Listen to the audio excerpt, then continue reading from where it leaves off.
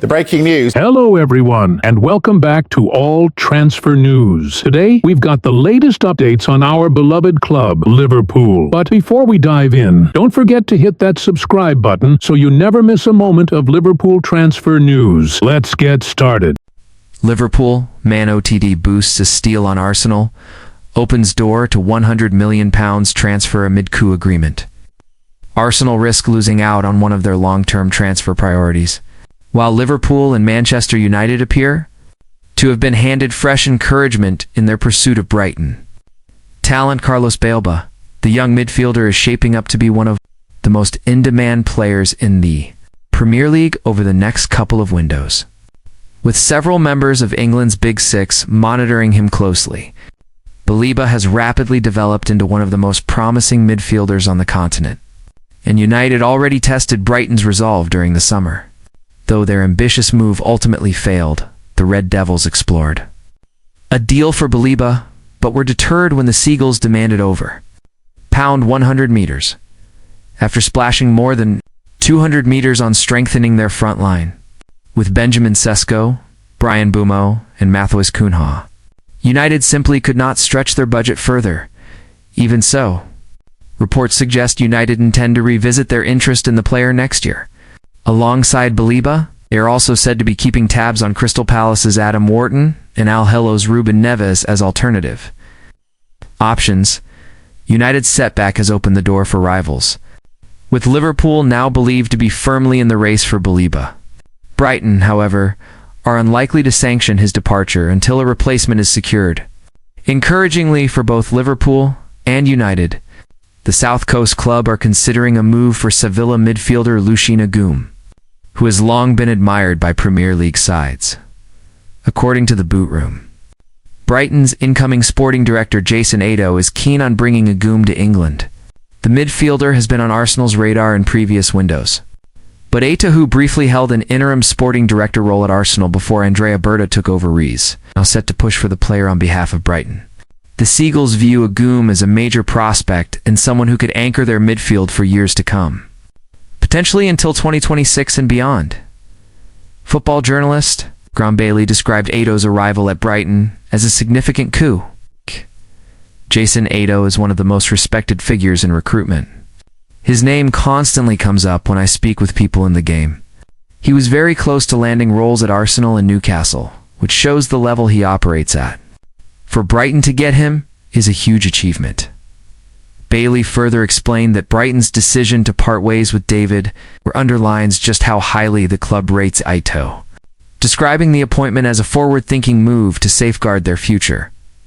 Alvarez agent clears up Liverpool speculation. Meanwhile, speculation surrounding Julian Alvarez and a possible switch to Liverpool has been addressed by the player's representative, the Argentine forward, now with Atletico Madrid after his time at Manchester City, was heavily linked with a move to Anfield early in the summer, before Liverpool focused on other attacking recruits.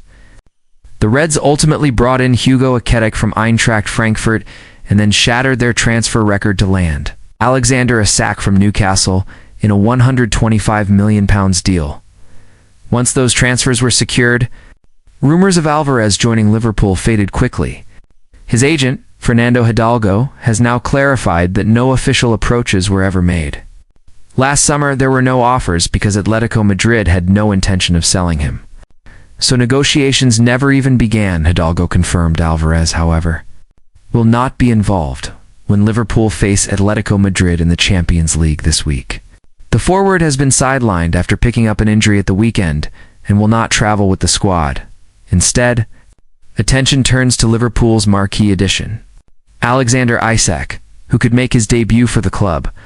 Manager Arne Slot confirmed on Tuesday that the striker is included in the matchday squad and has a chance of featuring. There is definitely a possibility because he's in the squad, Slot explained. Of course, he won't be playing the full 90 minutes.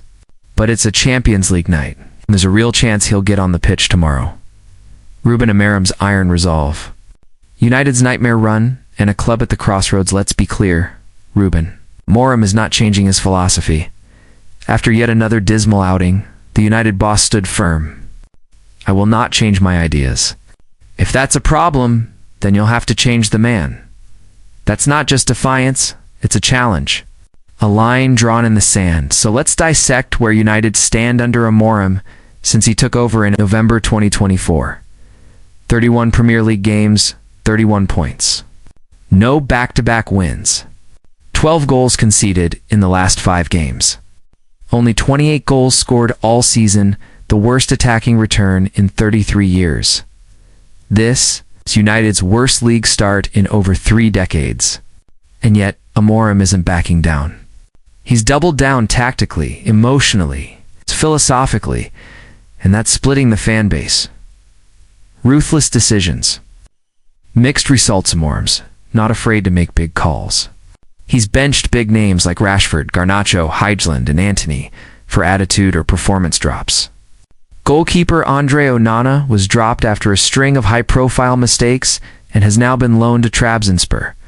With EMI Martinez from Villa rumored as a potential replacement, the goalkeeper crisis is a mess. Altebander has conceded 26 goals in 15 appearances. Youngster Martin van de Vet on loan at Bug is waiting in the wings, but he's untested at this level. The midfield, still soft. United's struggle against elite runners. Arsenal's trio walked through them last month. Shaw at centre-back has been another experiment gone wrong. Up top, the signings haven't fired. Sesko Bumo and Kuna have underwhelmed in big moments. Despite over £250 million spent, including on the likes of Ugarte and Xerxes, the attack feels disconnected, disjointed, and at times, disinterested. Then there was the Grimsby embarrassment, knocked out of the League Cup by a League Two side on penalties. That game felt like rock bottom. Amorim's mentality, diagnosis according to Amorim. The problem isn't tactics, it's mentality. The results will come once the mentality improves. But can that really explain the catastrophic results? Most pundits and fans aren't buying it.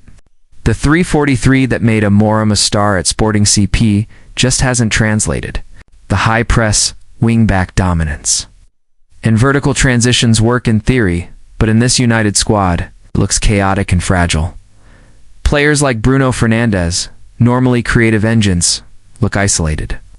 Defenders like Lisandro Martinez are left exposed as wide areas become easy pickings. City exploited that ruthlessly in the derby. Foden and Grealish ran riot. The boardroom picture? Patience or pressure. Despite the horror run, the board hasn't flinched. Sir Jim Ratcliffe remains a vocal backer, calling Amorim an excellent manager just 6 months ago. Fabrizio Romano, in his latest update, noted,